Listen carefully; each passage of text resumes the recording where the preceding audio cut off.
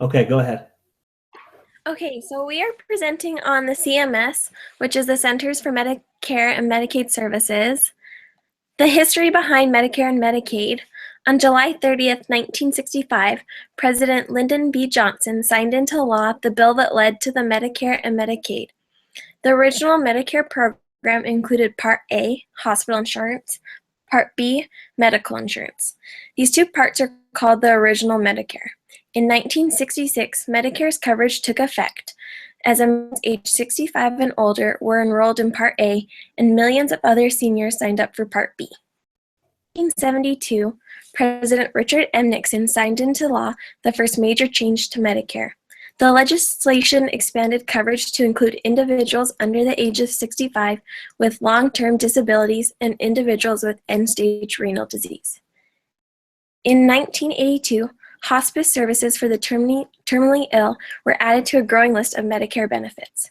In the 1990s, a new legislation required state Medicaid programs to cover the new specified low-income Medicare beneficiary eligibility group. Those eligible for Medicare with incomes between 100 and 120% of the federal poverty level. The Children's Health Insurance Program was signed into law in 1997 and provides federal matching funds to the state to provide health coverage to children and families with low incomes too high to qualify for Medicaid, but those who can't afford private coverage. States have coverage significantly through their CHIP programs, with nearly every state providing coverage for children up to at least 200% of the federal poverty level. 2014, the Affordable Care Act provides states the authority to eligibility to individuals under the age of 65 and families with low income 133% of the federal, and standardizes the rules for determining eligibility through Medicaid, CHIP, and the health insurance marketplace. The component parts of Medicare. Medicare is made up of 4 different parts. Each part covers specific services. Part A is hospital insurance. It covers inpatient hospital stays, care in nursing facilities, hospice care, and some home health care. Part B is medical insurance. It covers certain doctor services, outpatient care, medical supplies, and preventative services. Part C is Medicare Advantage plans. These are offered by a private company that contracts with Medicare. If enrolled in this plan, most services are covered through the plan and aren't paid for under original Medicare. Most offers prescription drug coverage. Part D is a prescription drug coverage. It adds prescription drug coverage to some of the other Medicare plans. These plans are offered by insurance companies and other private companies approved by Medicare. The challenges facing Medicare and Medicaid today. Some of the challenges that face Medicare today are financing. While the number of baby boomers age, the number of people paying into Medicare is decreasing, leaving the extra to be paid out by our federal government. Number 2 is affordability. Most of the people getting Medicare do not have a lot of money. There is no cap on out-of-pocket expenses, and traditional Medicare does not cover dental care and eyeglasses, which most of the beneficiaries need. Number 3 is managing chronic disease. Illnesses such as heart disease and diabetes have a hefty tab. Keeping beneficiaries who suffer from these illnesses is good for the patient and for Medicare's bottom line. Delivery system reform. Medicare hopes to better manage beneficiaries' needs by revolutionizing the way that it pays for Medicare. And number 5, growth of Medicare Advantage. These plans are growing quickly, but the health law is cutting the rate that the government reimburses. This can cause the plans to become less generous. Medicaid challenges include 1, controlling costs. Medicaid is one of the largest items on state budgets. When there is an economic downturn, enrollment increases when people lose jobs and health benefits. This is hard because states struggle to keep up with higher costs as their tax revenues decline. Number 2 is getting states to expand income eligibility under Obamacare. 20 states, mostly in the South and in the interior West, have refused to participate, mostly because of cost. Number 3, a better oversight of managed care. More than half of Medicaid enrollees now get care through private managed care companies. Insurers tout their ability to offer budget predictability, but questions remain about how well the companies really improve quality and control costs. Number 4, ensuring access to doctors and dentists. Studies have shown it is easy for these enrolled to get primary and preventative care, but have had a harder time finding specialists and dentists who are willing to treat them. And number 5, meeting growing demand for long-term care. Medicare usually gets typecast as helping the poor or any inner city families, but it is the only safety net for millions of middle-class people that need long-term care or at-home or in-home nursing homes. More than 60% of nursing home residents rely on Medicaid for assistance. With the aging population, the demand for long-term care is expected to soar. Now the facts about Medicare and Medicaid. Now, percentage of people covered by Medicare in the United States from 1990 to 2015. This statistic contains data on the percentage of U.S. Americans covered by Medicare from 1990 to 2015. In 2010, 14.6% of all people in the United States were covered by Medicare. Until 2014, this share increased to 16%. Now the Medicaid statistics is percentage of people covered by Medicaid in the United States from 1990 to 2015. This statistic contains data at the percentage of U.S. Americans covered by Medicaid from 1990 to 2015. In 2010, 15.8% of all people in the United States were covered by Medicaid. Until 2013, this share increased to 17.5%.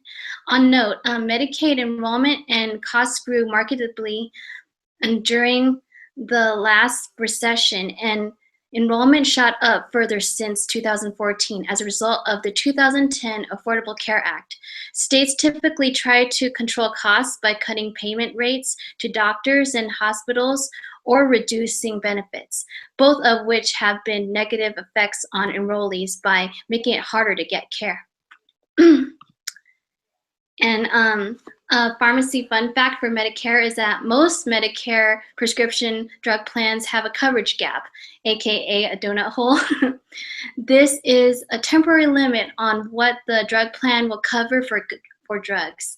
Not everyone will enter the coverage gap. The coverage gap begins after you and your drug plan have spent a certain amount on covered drugs. In 2016 or this year, once you and your plan have spent $3,310 or $3,310 on covered drugs, you're in the coverage gap. This amount may change each year.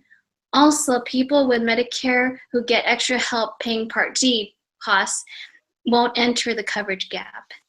Yeah, I would know because I'm actually a pharmacy tech in at Lynn's in Hurricane, Utah. So I deal with these patients all the time. All right, so I'm going to cover how Medicare and Medicaid are actually funded. And Jill had touched on it a little bit, that the idea is that there is a hospital insurance fund that has been managed by the government in order to pay for those premiums. That as you work, you have payroll taxes and income taxes to Social Security and other things like that, and that money would be put into this trust fund and it accumulates over time. And that with interest, you'd be able to, once you turn 65, withdraw that money and then use that for your own health care. However, because of mismanagement by the government and the current gap between the baby boomers and the millennials, there isn't enough money in that fund to be able to properly pay for everyone. and that according to the Social Security's trustees report from 2016, from July of this year, it says that those things are going to run out by 2028.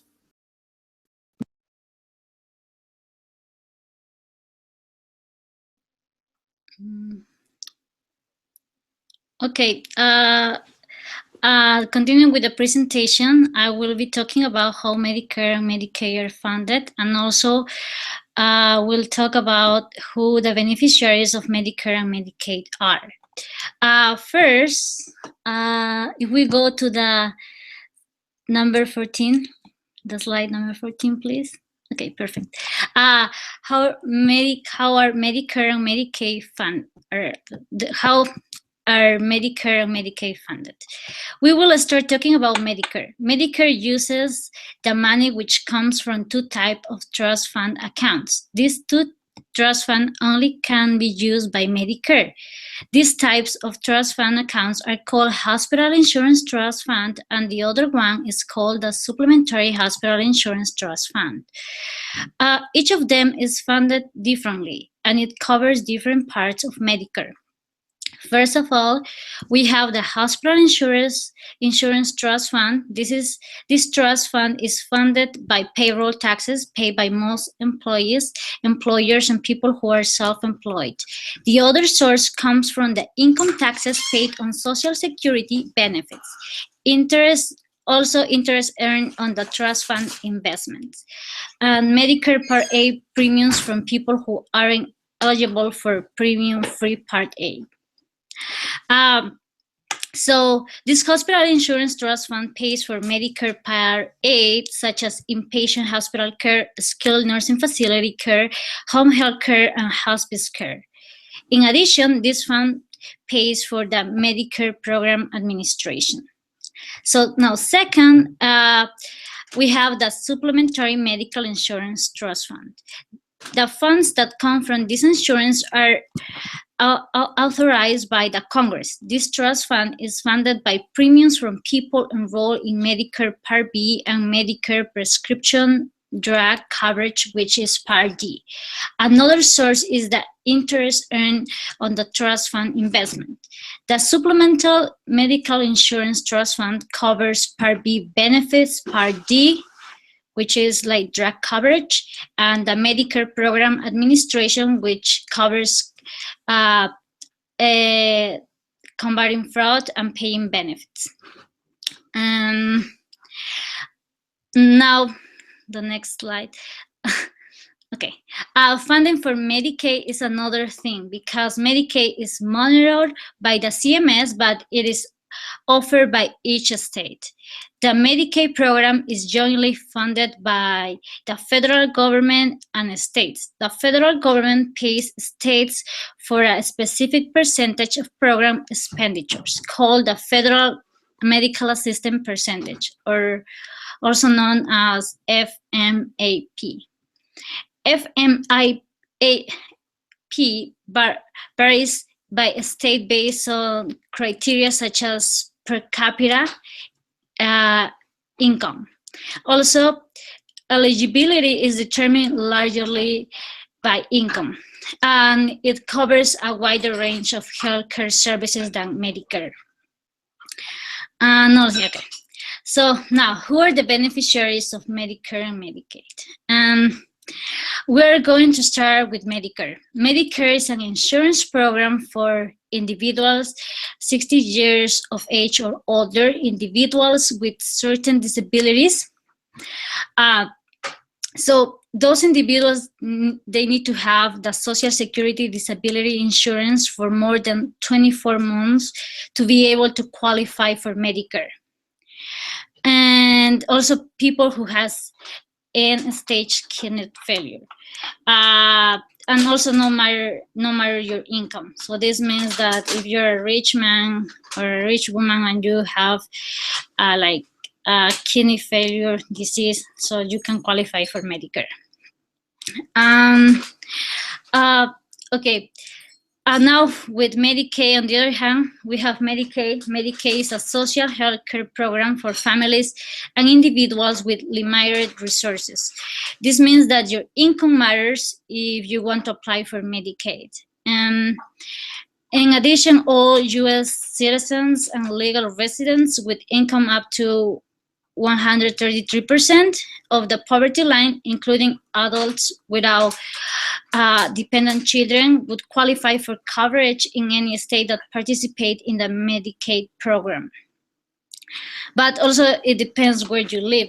It is different if you make $30,000 per year, like in Utah, than in California.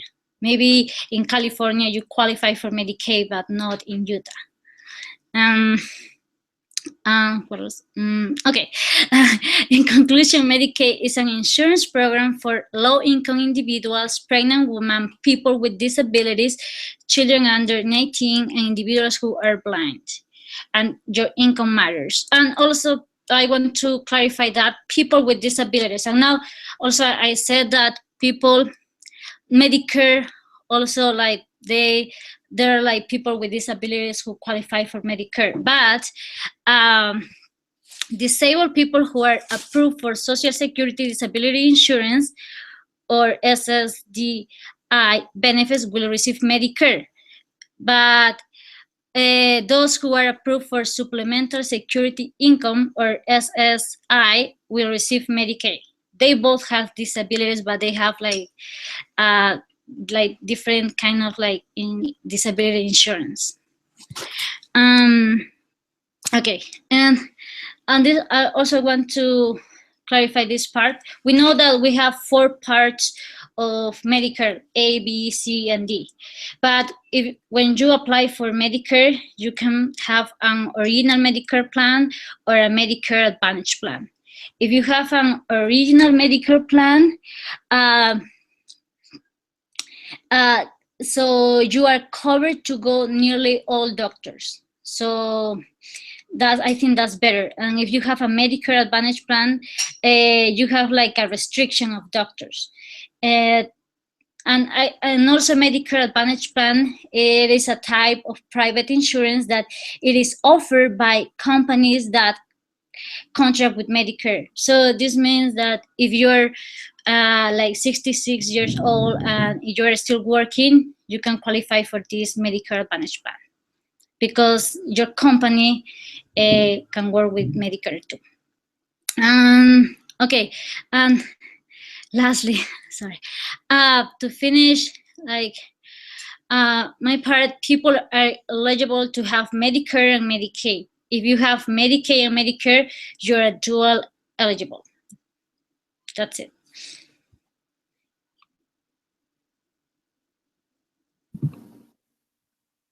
All right, I'm super sorry, Naisla. I definitely jumped the gun a little bit there, and I jumped in front of you. I'm so sorry. Like I said earlier, that there aren't enough working class citizens to be able to fund Medicare and Medicaid, and that according to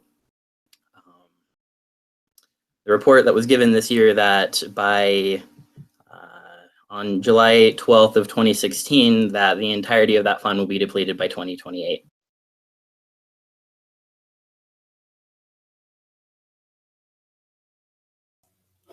All right, great job. Very, very good job of the topic, answering that we asked. Really good. One thing, and I don't believe this was a question that was asked, but I just want everybody to know this because there's a test question on it. Who's the administrator for CMS? That's Andy Slavitz. Slavitz, sorry, no S. But I'm putting this on here and then on some other presentations, just so everybody can know. I know people still probably miss it, but it is Andy Slavitz, so make sure you know that because it will be on a test coming up. But yeah, great job, doing really good work there. But now I just want to ask each of you really quick, just briefly to explain what the most interesting thing was that you learned while you were studying this topic. So we'll just start with Charlene. Then go to Jacob, Jill, Caitlin, and then we'll end up with Nisla. So go ahead, Charlene. Yes, Brother Nielsen. I thought what was really interesting about this, learning about Medicare and Medicaid more in depth, was I can actually more so understand the insurances that I'm dealing with because I work in the pharmacy as a pharmacy tech, and some of the billing, it's very complex. There's so many, excuse me, I can't. Okay, there's so many different like variations of the Medicare and Medicaid plans. Like there's even something called Medi-Cal, specifically designated to California. It's like the California version of Medicaid. And so I just thought it's really interesting that Medicare and Medi-Cal can apply to everyone, and virtually everyone can be covered health-wise, because in a way the government helps us and we help them, type of thing. I really thought it was really interesting how, it's just better ways of being able to help our whole American health society type of deal. Great, thank you. You're Jacob. welcome. All right, to piggyback off of Charlene a little bit, I was also really impressed with the way that Medicare and Medicaid go to take care of a large group of people. My previous understanding was that, Medicare is something you get when you turn 65 and then you die. And I had no idea what Medicaid really was. And so to find out that there's things like physical disability or even renal disease, I didn't know that things were covered, and that so many people could receive help. And I think that it's a marvelous program in concept, and that as long as we keep feeding it, that it will be able to help a lot of people. Great, thank you. All right, Jill. Yeah, so same as the other two, but I've worked in dentist office and in optometrist offices, and so I've had to deal with the lack of help from those, unless you have I believe it's the Part D. And so yeah, it's really interesting how the different parts work, and it also this whole healthcare thing, it touches home to me. My husband's been type 1 diabetic since he was 11, and so I can see things in our future as him having to need more healthcare as he ages. And so it's a tricky one as I watch what our country's going through and see what it's going to now, and it scares me because I think as I see it get kind of closer and closer to socialized medicine, it gets me a little nervous that one day they're going to be like, well, he's not, viable. And he'll get we're not treating him anymore because he doesn't fit the bill. But anyways, that's what I found was interesting. Great perspective. Thank you so much. All right, Kaylin. Okay, mine's a little bit different. On how quickly they expect the funds for Medicare and Medicaid to be depleted. Just coming from Canada, it still surprises me all the time when people outside of Canada do pay for healthcare outside of their pockets, and it kind of makes me wonder, what if the funds for Medicare and Medicaid are depleted? Then what are these people that are elderly or low income, what are they going to do, and how are they going to afford insurance if that's not an option for them? I don't know, I was just kind of surprised because I don't think they really have a backup plan for when it does come to that time where there are no more funds to pay for people's medical expenses. Yeah, that's definitely a scary situation for sure. All right, Nisla.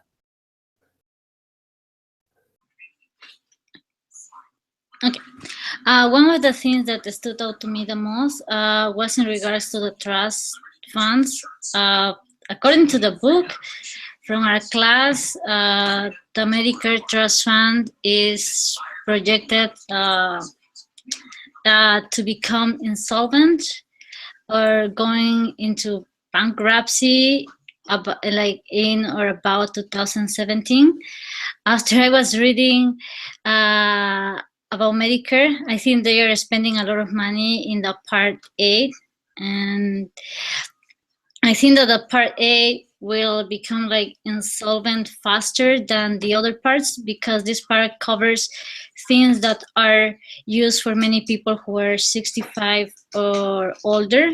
As we know that the part A covers like the home health care, the inpatient care, and like hospice care. And when you are like 65 or older, you are going to need of those, like, of these services. So I think that the Congress need to do something about this. Thank you so much. All right, I'm going to go ahead and stop recording this.